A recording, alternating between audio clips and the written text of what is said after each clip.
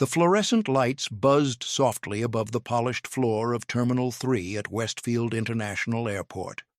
Officer Ethan Ward, wrapped tightly in his Navy patrol jacket, exhaled a cloud of mist into the frigid January air that crept in through the automatic doors. Beside him, his K9 partner of 3 years, Shadow, a sharp-eyed German shepherd, moved in perfect rhythm, his eyes darting through the crowd like a sentry on a mission. It was the kind of morning only a seasoned officer could appreciate. Snow blanketing New Haven, flights backed up across the board, and tension simmering in the faces of anxious travelers. The overnight storm had painted the city white, but inside the terminal it was pure chaos. Passengers rushed through the checkpoint lines, staring up at the flickering departure boards, hoping their flights hadn't joined the growing list of delays. "Another perfect winter day, huh, boy?" Ward muttered, reaching down to scratch behind Shadow's ear. The dog leaned into the touch for just a second before resuming his practiced, alert posture. Ward smiled. Most people on the force knew Shadow as the analyst, not because he was the fastest, but because he never reacted without thinking. He'd earned that nickname with a near-flawless record of alerting to only the most credible threats. If Shadow barked, something was always wrong. Their routine patrol took them past the high-end airline lounges, where suits sipped coffee and checked their watches, unaware of the intensity with which Shadow analyzed each one. He weaved smoothly between luggage and legs, his body language fluid, calm. Then suddenly, something changed. Shadow froze, ears erect, shoulders tight, gaze locked. Ethan immediately followed his partner's eyes and saw a man in full pilot uniform walking confidently through the crew clearance lane. The ID badge on his chest read Captain Brian Knox, and he carried himself with the easy professionalism of a seasoned flyer. His boots were shined, uniform pristine. To everyone around him, he looked like just another pilot trying to make up for lost time. But to Shadow, something was wrong. The dog's low growl began deep in his throat, growing louder with each passing second. Then he lunged, barking with sharp intensity and pulling hard on the leash. "Shadow, heel," Ward commanded, voice firm. But Shadow didn't listen. For the first time in their partnership, the dog ignored his handler's order. He positioned himself directly in front of Captain Knox, blocking his path with a forceful presence that drew startled stares from nearby passengers. "What the hell is this? Control your dog!" Knox barked, his face flushing with irritation. "I've got a transatlantic flight to Bristol in under 40 minutes. Ethan Ward kept his grip firm, but his voice calm. "Apologies, Captain. But Shadow doesn't act like this without cause," Knox scoffed, tapping his watch. "I've been flying for North Star Air for 15 years. I've got nearly 250 passengers waiting. Your dog is wasting time." The commotion had caught the attention of Linda Shaw, the airport's head of security operations. She approached with practiced calm, her heels clicking against the tile. "What's happening here, Officer Ward?" she asked, lowering her voice beneath the din of the terminal. "Shadow's alerting." "Strongly," Ward explained. "I've never seen him act this way around flight crew." "Ridiculous," Knox interrupted, huffing. "Flight 739 to Bristol has already been delayed. You want to ground the entire operation because your mutt had a bad morning?" Linda hesitated. "Ethan, you know we can't delay a flight just because your dog's having a moment." But Ward felt the weight of 3 years pressing on his shoulders. 3 years of trusting Shadow's instincts above all else. The dog had never been wrong before, not when he found the ceramic-lined firearm in a carry-on last summer, not when he alerted to the synthetic narcotics sewn into that diplomat's cuff. Shadow didn't react without purpose. "I'm requesting secondary screening for Captain Knox," Ward said firmly. "Protocol supports random checks, even for pilots. "This isn't random," Knox snapped. "This is harassment." He reached for his phone, muttering about airline operations and lawsuits, but Ward noticed something else. A flicker, a tremble in the pilot's fingers, a twitch around the eye. Not just anger. Was it fear? "Captain," Linda Shaw said, tone shifting, "let's handle this quietly. You come with us, and we'll clear it up in minutes." Knox's jaw tightened, but he nodded stiffly. "Fine, but I'm reporting every one of you." As the trio began walking toward the private screening area, Shadow finally eased, though his ears remained perked. Ward knelt beside him for a quick whisper. "Good boy. I'm listening." Behind them, the departure board blinked again. "Flight 739 to Bristol. Delayed. Again." And Ethan Ward couldn't help but wonder, was this just a misunderstanding, or had Shadow just stopped something far, far worse? Ethan Ward had learned long ago to trust Shadow implicitly. The dog had never once sounded a false alarm, not when he uncovered a disguised firearm beneath a stroller the previous year, nor when he picked up on narcotics sewn into body implants just 2 months earlier. If Shadow said something was wrong, then something was wrong. "I'm officially requesting a secondary screening for Captain Knox," Ward stated, voice steady but firm. "Security guidelines allow for additional checks on all personnel, including crew members." "This isn't a random check," Knox snapped back, color rising in his cheeks. "This is targeted harassment. I'm calling North Star's Operations Center." As the captain fumbled with his phone, Ethan noticed a small detail that reinforced his suspicion.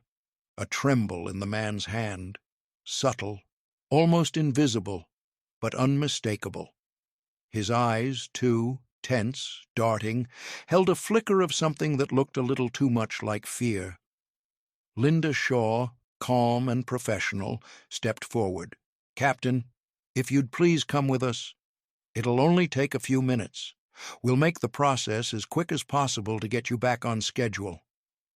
"This is absolutely ridiculous," Knox muttered under his breath, but the tension in his shoulders softened just enough to signal compliance. His eyes, however, drifted toward the terminal's side exit. Another red flag. "This can be quiet or it can be official," Shaw added, her tone firm. "Your choice." He sighed and gave a short nod. "Fine. But someone's going to answer for this." As they led the pilot away, Shadow fell into step beside Ethan, calmer now, but still visibly on edge. His ears remained perked, and his gaze never left the man in uniform. "Good boy," Ethan whispered, as he reached down to give the shepherd a reassuring pat. "I've got your back." Over his shoulder, he caught another glimpse of the flight information screen. Flight 739 to Bristol, still delayed. Part of him worried this was all a mistake, but a deeper instinct told him this was exactly what needed to happen. The private screening room was cold and impersonal. White walls, a stainless steel table, and 4 plastic chairs under buzzing fluorescent lights. Shadow sat by the door, eyes sharp, tail still, as if waiting for the moment something would confirm what he already knew. Transportation Security Officer Alan Cho, a meticulous by-the-book type, began the formal process. He examined Captain Knox's documents with care, cross-checking each credential against the digital manifest. "Everything appears legitimate," Cho finally reported. "Captain Brian Knox, 15 years with North Star Air, up to date on all licenses and qualifications." Knox sat rigid in his chair, arms folded tight across his chest. "As I said," he muttered, "I need to get to my aircraft. Fuel's burning, passengers are waiting. This is wasting time." Ethan stood silently in the corner, arms folded, eyes focused on the dog. Shadow's attention hadn't wavered once. He stared at Knox like he was reading something no human could see. Officer Cho turned to the next step. "Captain, please open your flight bag." The pilot sighed audibly, but complied. Out came the usual items: a thick flight manual, navigational charts, a couple of energy bars, spare epaulets, and a neatly folded toiletry kit. Nothing unusual, nothing threatening. "Could you remove your jacket as well, sir?" Cho asked, his tone still professional. With a visible eye roll, Knox removed his tailored uniform jacket and laid it on the table. "This is going far beyond standard procedure," he said, jaw tight. Cho carefully inspected the jacket, checking every seam and pocket, while Ethan watched Shadow closely. The dog remained poised, ears twitching slightly, his gaze never leaving the pilot. Linda Shaw re-entered the room, holding a small radio unit in her hand. "I spoke with operations. They're dispatching a backup pilot just in case, but they need a final decision within 15 minutes. The pressure in the room thickened. Ethan could feel the weight of every pair of eyes waiting for something to justify the holdup. Knox seemed to sense the shift and softened his tone. "Look, I get it. You're doing your job. Maybe your dog caught a scent off my uniform. I gave my cat a sedative this morning before leaving. Could be that." It was plausible. Dogs had been known to react to certain medications, especially ones with chemical profiles similar to banned substances. Still, Cho finished his inspection without a single red flag. "Everything checks out," he said with a small shrug. Shaw exhaled with a touch of relief. "I think we can clear." Shadow suddenly rose, letting out a sharp, singular bark that shattered the calm like glass on tile. His muscles tensed, tail stiff, head low, ready. This wasn't the same alert as before. This was escalation. Ethan immediately understood. "Captain, would you mind emptying your pants pockets as well?" There was a flicker, barely a twitch, across Knox's face, a crack in the confident facade, but he kept his tone even. "Fine." He pulled out his wallet, a ring of keys, a standard phone, and a small handful of change. He placed them on the table, one by one. Cho moved in, examining the items carefully. The iPhone appeared unmodified. No hidden components, no tampering. "Is that everything?" the officer asked. Knox nodded, reaching toward the table to retrieve his belongings. As he did, his sleeve slid slightly up his wrist, and Ethan noticed it. A thin sheen of sweat. The room wasn't warm. His breathing was subtle but elevated. All signs pointed to something more. "I'd like to request a full-body scan," Ethan said, his voice quiet but commanding, along with an ion trace swab. Knox froze mid-reach. "That's not standard for flight crew." "It is," Shaw replied, stepping forward again, "when there's reasonable suspicion." "I want to contact my union representative," the pilot said, tension returning to his voice. "You'll need to leave your phone here during the procedure," Cho informed him, stepping forward. Ethan didn't move. He just watched his dog. Shadow wasn't done, and neither was he. Ethan Ward's gaze flicked from the sweat on Captain Knox's wrist to the way his chest rose just a little faster than it had a moment ago. The room was cold, the air still, but the pilot looked like he was burning up from the inside out. "I'm going to request a full-body scan," Ward said, his voice calm but decisive, "and an ion swab as well." Knox froze. "That's not standard for crew," he said, barely concealing the rising panic in his voice. "It is," Linda Shaw responded, her previous doubt melting away as she took in the captain's visible shift in demeanor. "When there's just cause." "I need to speak with my union representative," Knox insisted, a note of desperation creeping in.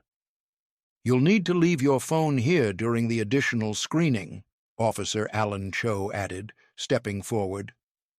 The atmosphere in the room changed. What had begun as an annoying inconvenience now pulsed with the gravity of something far more serious. Everyone could feel it. Something was wrong, deeply wrong.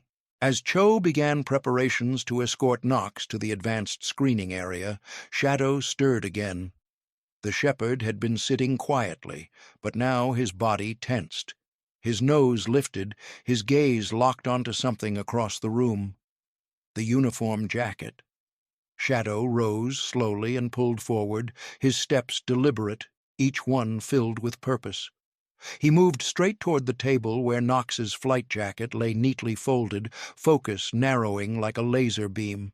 "He's on to something," Ethan said, giving the dog some slack.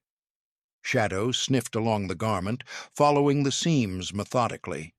Then he stopped, his snout hovering near the left lapel. He pawed at it once, gently but insistently. Knox shifted in his seat. "This is absurd. That's a standard-issue uniform. I've had it for years." But Ethan wasn't listening to the pilot anymore. He was listening to his dog. He picked up the jacket, running his fingers along the collar, then the lapel. At first, nothing stood out. The fabric felt normal, smooth.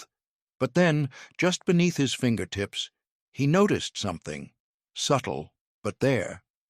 The stitching along the left edge was just a little tighter than the rest, almost imperceptible. "I need the portable imaging scanner," Ethan said, glancing at Shaw. "The one we use for suspected electronic concealment."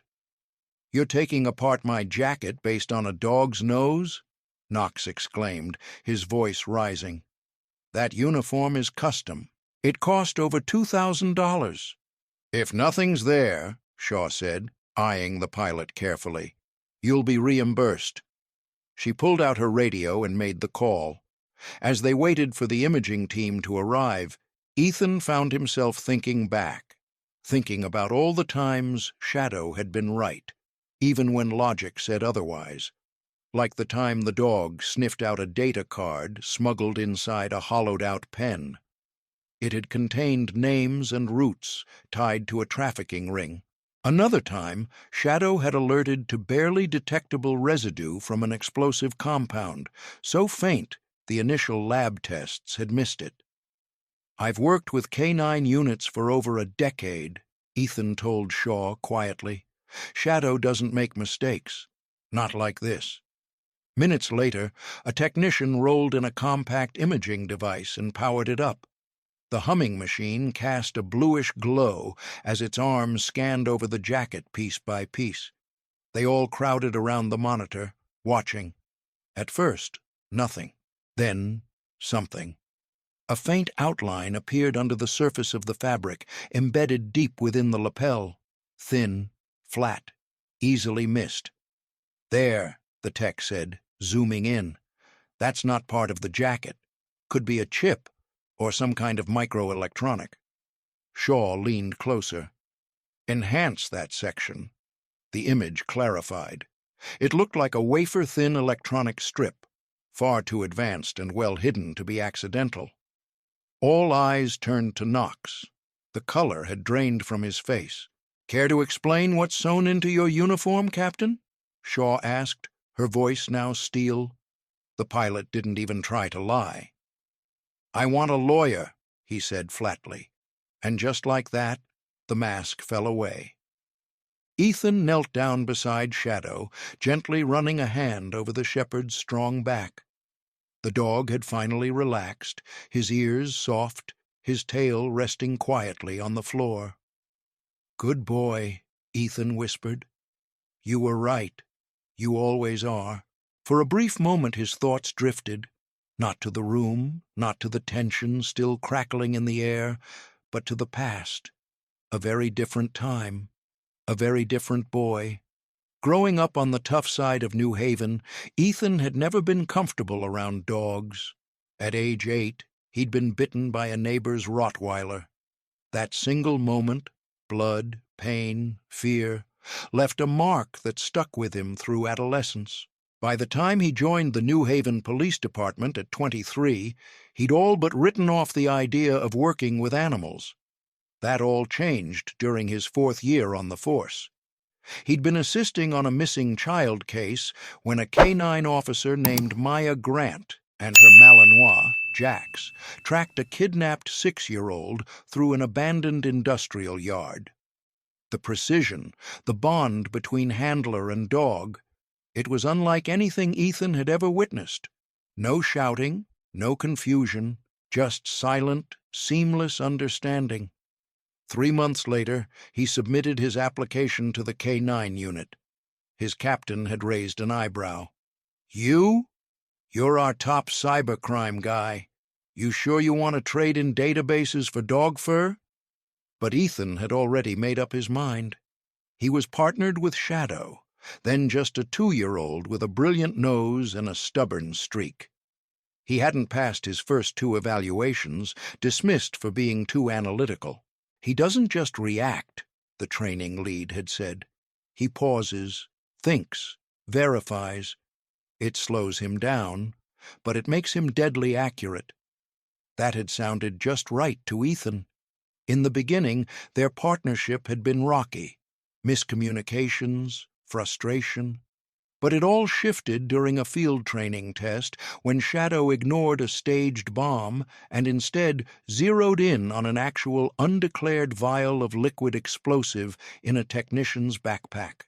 "He's not wrong," the lead trainer had said, staring at the recovered substance. "He's thorough." And from then on, Ethan gave him the time and space to think. They'd passed certification with flying colors, and in the 3 years since being assigned to Westfield International, they had built a reputation for finding the threats others missed.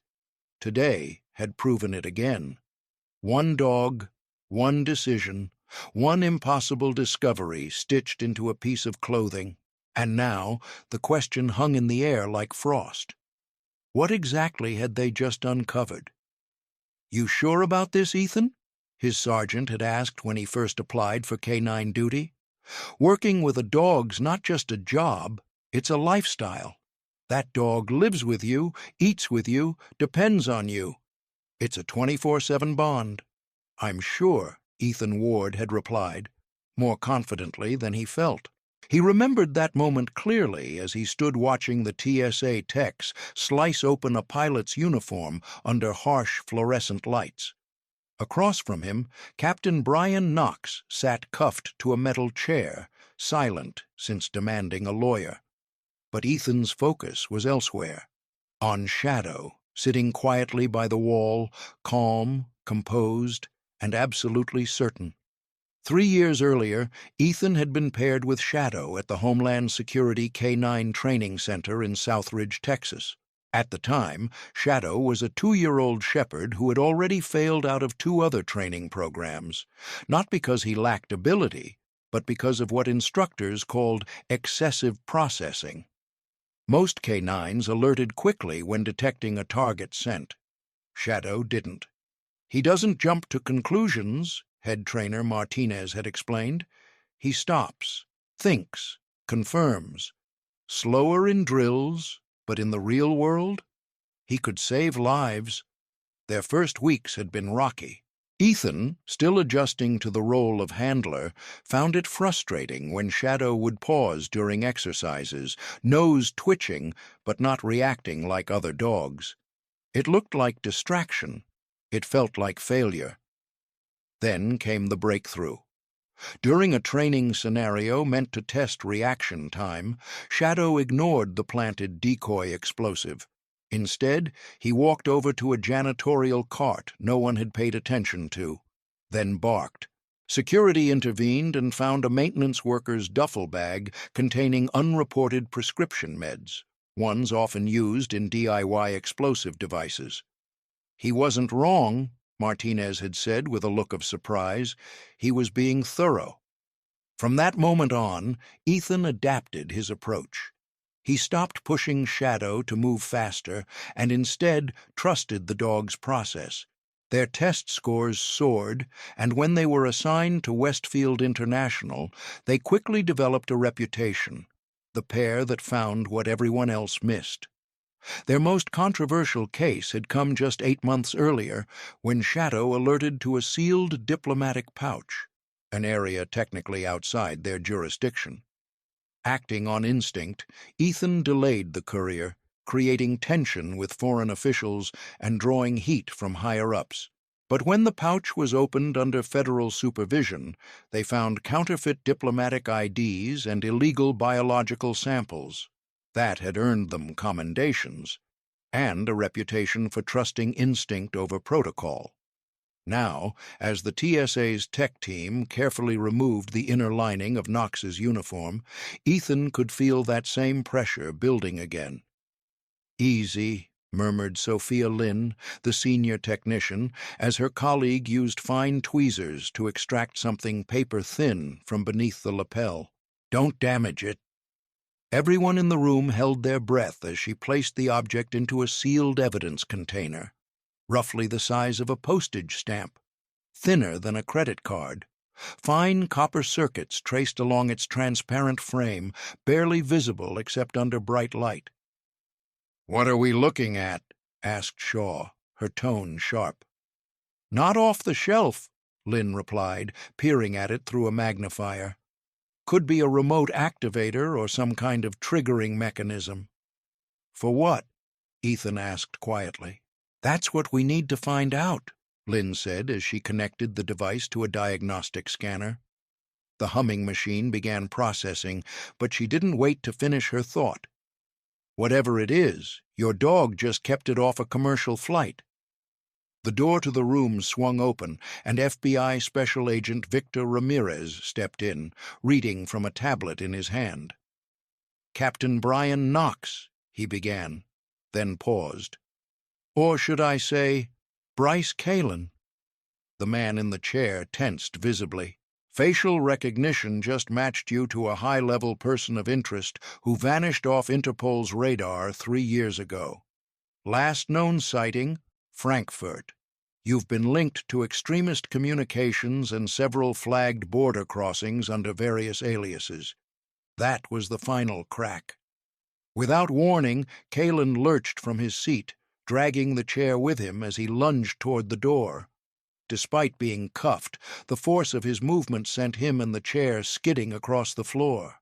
"Hold him!" Ramirez barked. 2 nearby officers tackled him before he could reach the exit. During the struggle, Kalin twisted his head and bit down, hard. "Open his mouth!" Ramirez shouted. "He's got a pill!" Another officer forced his jaws open just as foam began forming at the corners of his lips. A small, partially dissolved capsule tumbled to the floor. "Suicide attempt," a paramedic confirmed moments later, administering a counter-agent. "We got to it in time. He'll survive, but he'll be unconscious for a while." The room was chaos for a few minutes, but Ethan barely moved. His hand rested gently on Shadow's head, his fingers idly brushing the dog's ears. "He tried to take the secret with him," Shaw said, voice low. "But your partner didn't let him." Ethan gave a slow nod. In the quiet that followed, Shadow looked up, eyes locked on his handlers. He didn't wag, he didn't bark, but Ethan could feel the message clear as day. "We're not done yet." The room erupted into organized chaos. Paramedics rushed in, forcing open Bryce Kalin's jaw and retrieving what was left of a rapidly dissolving capsule. He convulsed briefly before they administered a counter-agent and secured him to a stretcher. "He won't die," the lead paramedic confirmed, sweat on her brow. "We got most of it in time. He'll be out for a while, but he's stable." As the team wheeled him out, the atmosphere shifted. What had felt like a high-stakes mystery had now turned into something chillingly real. Sophia Lynn, still bent over her scanner, worked faster. "It's definitely a custom activation trigger," she said, pointing to a zoomed-in schematic on her screen. "Designed to interface with something external. Whatever it activates, it's not in his personal effects." Special Agent Ramirez turned immediately to Ethan Ward. We need to sweep the aircraft. Now." By the time the emergency evacuation order was relayed, North Star Flight 739 was fully boarded and prepped for departure. Crew members scrambled to calm confused passengers as they were ushered off the plane and into the snowy wind of the tarmac. Many protested, some demanded answers, but there was no time for explanations. Inside the secure hangar, a specialized Federal Explosives team began their sweep of the Boeing 777, moving methodically from cabin to cargo hold. Shadow, now partnered with the bomb-sniffing squad, moved differently than earlier. No barking, no pacing, just an intense, surgical focus. His body seemed to hum with purpose as he sniffed the aisle, crew quarters, and cockpit. Then, at the co-pilot's seat, he stopped. He stood completely still, nose pressed against the cushion. Then he let out a low, sharp bark. The technicians descended immediately. What appeared to be a standard seat was quickly dismantled. Hidden within the adjustment mechanism was something far more dangerous. Another device, larger, more intricate, clearly built with purpose. "Confirmed," said the bomb tech, voice flat. "Remote-activated explosive, sophisticated design, low metal content. Wouldn't have been caught during pre-flight checks." "How bad?" Ethan asked. The technician hesitated, then replied quietly, "Positioned here?" Mid-flight detonation would have punched through the cockpit floor and knocked out primary flight controls. Catastrophic failure. Silence filled the space. No one needed to say what that would have meant. 243 passengers, crew, a mid-air explosion over the Atlantic. Ramirez's phone buzzed. After a brief exchange, he turned to the team. "He's awake, and he's talking." Inside the medical wing of the airport, Bryce Kalin sat upright in his hospital bed, pale under the harsh lights. Cuffs secured his wrist to the bed rail. 2 agents stood at the door. Ramirez, Linda Shaw, and Ethan stepped inside. Shadow had been left in the hallway under the watch of another handler, standard procedure for interrogations, though Ethan felt a pang of unease without him. "The device has been found and disabled," Ramirez said without any courtesy. "We know what was on board. What we don't know is if there's more." Kalin's eyes twitched, calculating. The failed suicide attempt had left him weakened, but his mind was still sharp. "I want immunity," he said.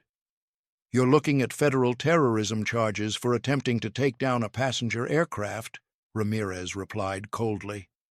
"Immunity isn't an option. Cooperating might keep you off death row." A beat of silence passed. Then Shaw stepped forward, her voice steady and low. 243 people, Captain, including kids, families, people who trusted you to fly them safely.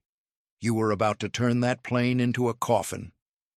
For a moment, Kalin's confidence wavered. His shoulders slumped. "It wasn't supposed to go like this," he muttered. Ramirez placed a recorder on the bedside table.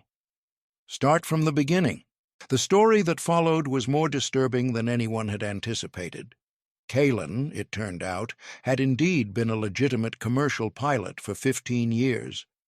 The shift began during a layover in Istanbul when a well-dressed man approached him in a quiet cafe and handed him an encrypted phone. The job offer wasn't immediate. There was no coercion, just conversation. The man belonged to a group calling itself Ascension. "They're not like other extremist cells," Kalin explained, his voice flat. "They're patient, strategic. Some of their plans take years to mature. This operation was one of them." He began to outline the phases. Phase 1. Simultaneous detonations aboard 3 transatlantic flights to demonstrate how fragile the illusion of post-9/11 security had become. "My flight," he said, "was the first test. If it succeeded, the other 2 would follow within 48 hours. "How long have you been involved?" Ethan asked. 3 years, Kalen replied. At first, they used me for intelligence, tracking TSA patterns, reporting procedural gaps, moving encrypted drives between locations. And the device? Ramirez pressed. It was given to me during a stopover in Dubai 3 weeks ago. I installed it during a routine pre-check. Nobody noticed. Nobody ever does. Ethan clenched his jaw. Everything about this man, his professionalism, his years in uniform, had camouflaged something monstrous beneath the surface. "What about the triggering mechanism?" Shaw asked. "Why hide it in your uniform?" "In case the plane was grounded or I was compromised," Kalen said. "The chip was designed to trigger only after the plane hit cruising altitude, remotely, safely from the cockpit. No fingerprints." He paused. "But your damn dog caught it anyway." The words hung in the air. "The trigger embedded in the uniform," Kalen explained, "was programmed to activate once the aircraft reached cruising altitude. That was the cue." Ramirez leaned forward, his voice hard. "And the others? Are they in position?" Kalen gave a solemn nod. "2 more flights, one out of Frankfurt, bound for New York, another from Paris to Chicago. Both depart within the next 48 hours. Without missing a beat, Linda Shaw was already on the phone, her voice steady as she relayed the information to international counterterrorism liaisons. The gears were now turning across borders, but it wasn't over yet. "There's more," Kalen added, his tone dropping. He shifted uncomfortably in the bed, voice rasping. "Apartment 512, Baystone Towers, here in New Haven. It's a safe house. The group calls it an operational node. It's where they store materials, documents, blueprints. The real planning happens there." Within the hour, Ramirez's secure tablet began buzzing with live updates. Surveillance images from the location flooded in, every room meticulously documented. The so-called apartment had been transformed into a digital war room. Airport blueprints from cities all over the world lined the walls, security rotations, keycard replicas, diagrams of specific cockpit layouts, and most chilling of all, schematics for explosive devices with multiple configurations. "This is bigger than 3 planes," Ramirez muttered, scrolling through the data. "They're not just targeting flights. They're trying to map the vulnerabilities in global aviation. Systematically." "It was just proof of concept," Kalen confirmed. "The real goal is infrastructure disruption. Worldwide." Ramirez turned sharply. "Names. We need names." "I only know a few," the former pilot admitted. "That's how Ascension operates. Cells are isolated, intentionally. My only real contact was a woman they call the Coordinator. Met her twice, both times in crowded terminals, smart spots with poor surveillance coverage. She'll know something went wrong. Once my plane doesn't go down, she'll trigger fallback protocols." "What are those protocols?" Shaw asked. "I don't know," Kalen said, eyes dark. "But there's a second site, a secondary operations center, somewhere near the airport. I was never told where." Ethan Ward listened in silence, his mind racing. He looked down at his partner, waiting quietly in the corridor. "Let's find it," he said. "I know someone who can help." Thick snow had begun falling again, coating the tarmac in a fresh layer of white as the tactical team assembled just off the runway perimeter. The cold was bone deep. Breath plumed from every agent as they moved with urgency, heads ducked against the wind. Ethan knelt beside Shadow, adjusting the German Shepherd's protective vest, then secured the heat-resistant booties onto his paws, designed to shield against sharp debris and potential chemical exposure. "You ready, partner?" he asked quietly. Shadow didn't bark. He didn't move. He simply locked eyes with Ethan and held the look. That was enough. Commander Eric Wilson of the FBI's Tactical Division unfolded a large schematic on his tablet. The airport maintenance complex has 5 buildings. Based on Kalen's intel and triangulation from his last burner phone, we believe Building C is the most likely candidate. Ramirez nodded. If the coordinator's still on site, she doesn't yet know we've intercepted the mission. But once she realizes Kalen's flight didn't go down, she'll destroy everything, Shaw finished grimly. Evidence, equipment, identities. The time for patience was over. Ethan crouched again, resting a gloved hand on Shadow's side. "Find it, boy." The shepherd's ears lifted and he moved forward, posture shifting from standby to search mode. The tactical team split into 3 groups, each entering from different access points. Ethan and Shadow joined the main entry line, silently approaching the snow-dusted, nondescript exterior of Building C, which was marked only by a faint sign, "Electrical access. Authorized personnel only." As they reached the door, Shadow paused. His pace slowed. His movements grew more deliberate, nose working overtime. "He's got something," Ethan whispered into his radio. The team tensed. Commander Wilson gave the signal. On the count of 3, they breached the door, sweeping into the dimly lit hallway beyond. The front office looked normal. Too normal. Clipboards, maintenance logs, rotating shift schedules pinned neatly to a corkboard, shelves stocked with old manuals and boxes labeled "Parts Inventory." It was a maintenance room, sure, but something about it felt staged. Shadow ignored all of it. He pulled hard toward a side door, marked "Electrical Subsystem Only." Ethan followed, signaling the team. They moved in silently behind him. Beyond that door, a narrow staircase led downward, one that didn't appear on any of the airport's official blueprints. "Underground," Ramirez muttered. "Hidden access point, just like the pilot said." They descended slowly, tactical lights cutting through the low-hanging wires and the scent of stale air. At the bottom, the passage opened into a room that should have been just another storage facility, but it wasn't. A woman stood near a desk, her hand hovering over a laptop. She didn't flinch at the sight of the armed agents. She pressed a key, then reached for something in her coat. "FBI!" Ramirez barked. "Hands up now!" 2 officers surged forward as the woman turned. One tackled her to the ground before she could fully raise the object in her hand. As they secured her in cuffs, Shadow barked sharply. He moved fast, toward a metal cabinet at the far wall. "Check it," Wilson called. Inside were rows of small containers, neatly organized, each labeled in code.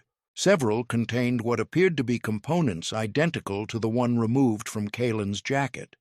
But some were different, bulkier, some clearly incomplete, mid-assembly. Others looked ready. The laptop had begun wiping itself, but one of the tech agents pulled the battery before the sequence completed.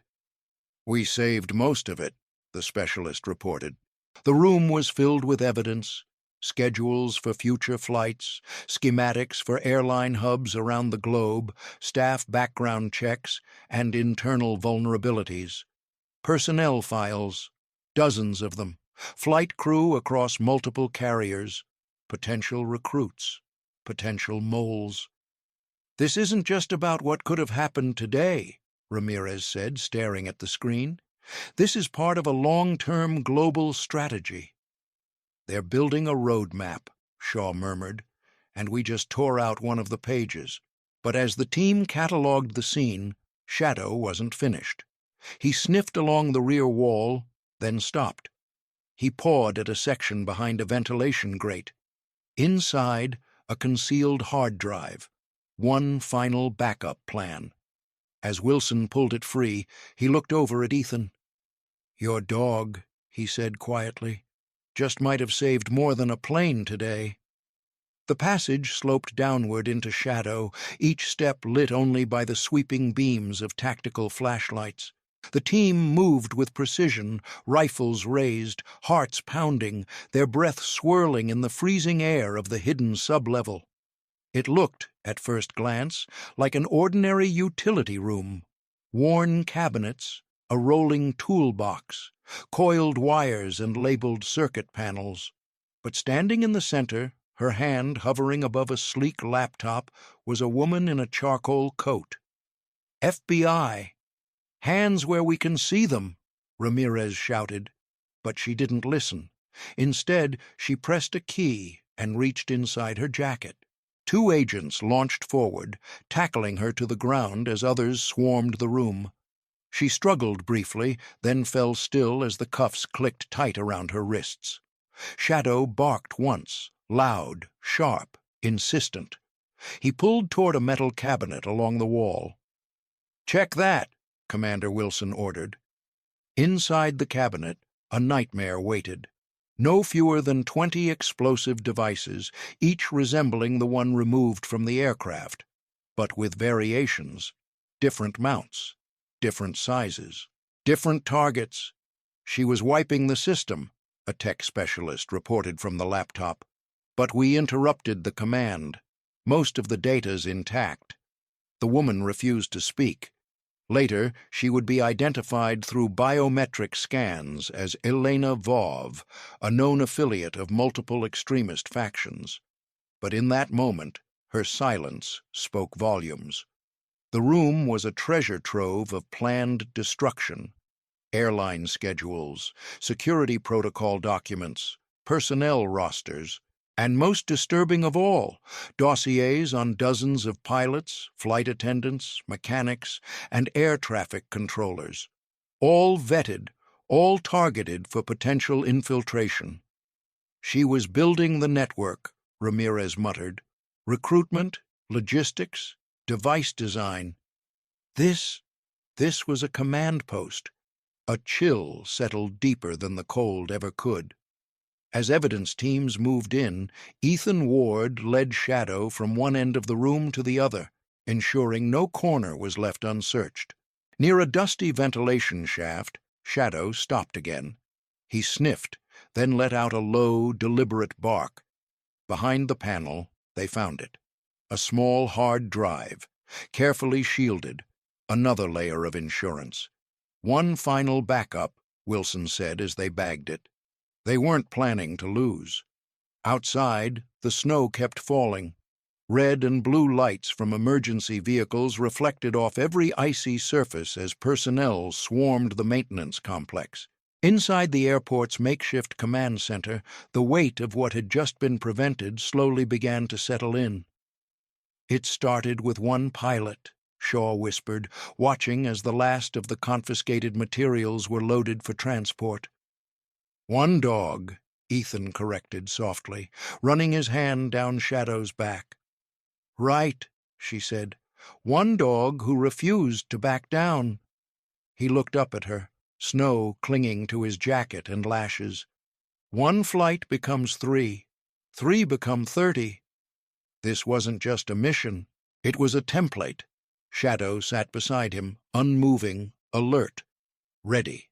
Mission complete. 2 days later, the airport's administrative conference room was filled with people. Agents, airport officials, TSA representatives, and members of Homeland Security. At the front of the room stood Ethan, crisp in his formal uniform, and Shadow, freshly groomed, his dark coat gleaming beneath the soft lights. He wore his ceremonial K9 harness, the patch on his side reading Federal Task Unit, K9 Division. At the podium, Margaret Lang, director of Westfield International, addressed the room.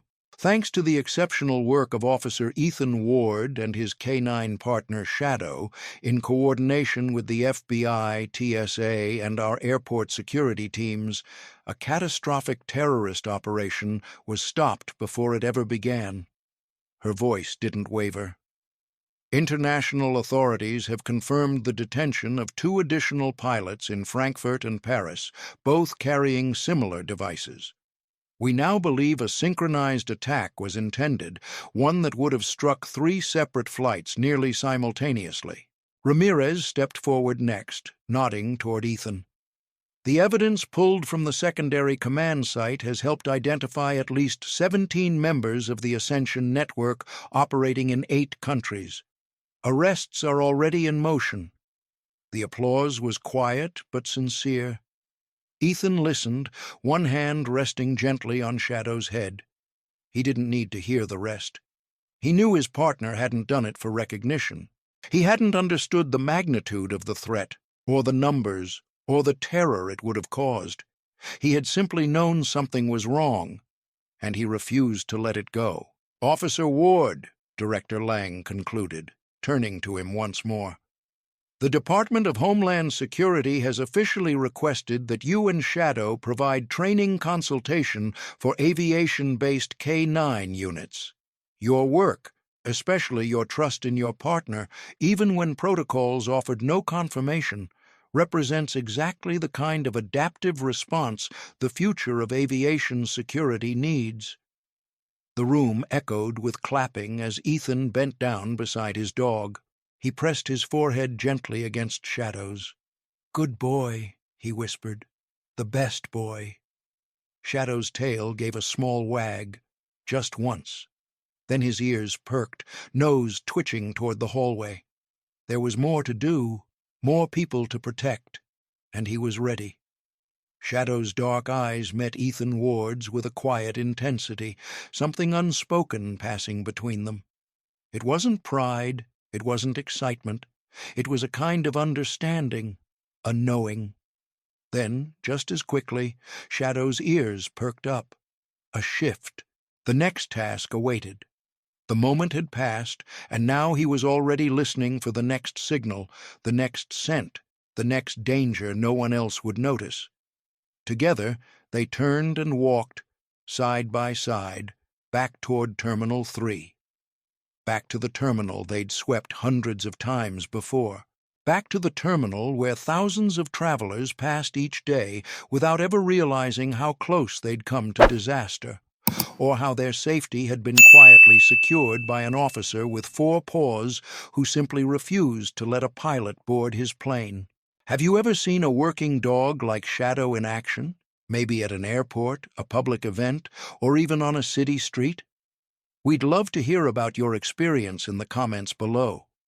Would you trust your pet's instincts about a person, even if you couldn't explain why?